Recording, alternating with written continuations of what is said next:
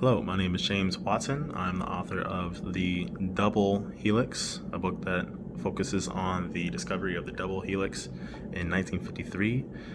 This discovery led to myself, my teammates Francis Crick, and Mr. Maurice Wilkins. We all won a Nobel Prize for this discovery. I met my colleagues at various times. Francis Crick, I met at Indiana University. There's a 12-year gap. But we worked together to get this discovery moving. We wanted to discover the foundation of DNA, and this could be applied to things such as genes, genetics, and basically propel science forward in some form. Regarding the events in the book, to the best of my knowledge, they're accurate. However, I understand that my perspective may be off in some ways. Not everyone's opinions of a specific person is always correct, and they can differ. If there was something that I had to continue within the book, it would be about giving credit to a young lady named, what was her name? Rosalind Franklin. She discovered the double helix, or she gave contributions that led to the discovery of the double helix, and I did not properly give her credentials inside of the book. I would change that. In one part of the book, I described Francis Crick as never being too modest, never being in a modest mood. I would also further that part of the novel by explaining that he basically was underappreciated, and even before the fame, he acted the same. He didn't change. He may have been excited over the discovery, but he's a modest person, and he was just older than I was and maybe a little bit more mature, and that just comes with life. Basically,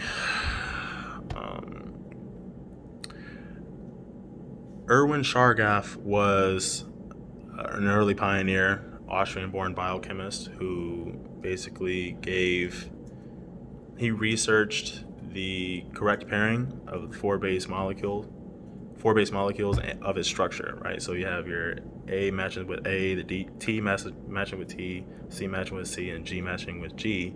And I myself, James Watson, with my team, we wanted to make a DNA strand that matched his rules, right? So I basically made a three-sided helix. With my team, we made a three-sided helix that was just trash. I'm not a chemist, nor is Francis Crick, but we attempted to make a discovery that a chemist normally would.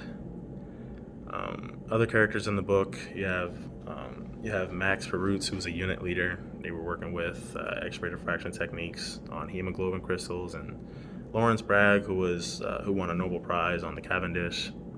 Very smart people, and they also contributed in some form. I am accompanied by an audience who will be asking a question that I will answer. What is your question, Miss Audience Member?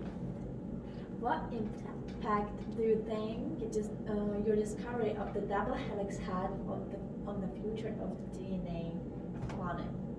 DNA cloning. Yes, I believe that DNA cloning wouldn't be possible without the discovery of the double helix. If you cannot replicate the appropriate structure of a DNA strand, then you can't clone it. You can't replicate it. You cannot combine DNA structures with another if you don't know the actual look of it. If you can't structure a DNA strand properly, then you can't replicate it. So without the discovery of the double-strand helix, you will not have cloning. Cloning was the first clone, I believe, was created in 1972, and that itself won a Nobel Prize. However, if you take away the double helix discovery, then you can't have cloning.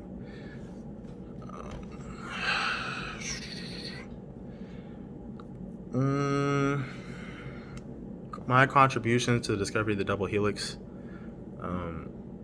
I don't credit myself more than Francis Crick or Maurice Wilkins any more than I probably should. I mean, we all worked together. We all had to work as a team to get this thing moving.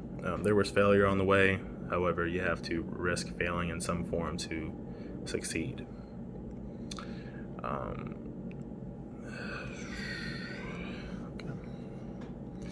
I believe that if everyone worked together as a team with colleagues that had the same ideals and goals, then they can achieve such scientific discoveries as well. We just all have to work with teams, and I don't believe that if I worked by myself, I wouldn't have discovered the double helix. Francis Crick had a huge impact. Maurice Wilkins had a huge impact. Previous research, it all contributed to some extent. And that concludes my speech.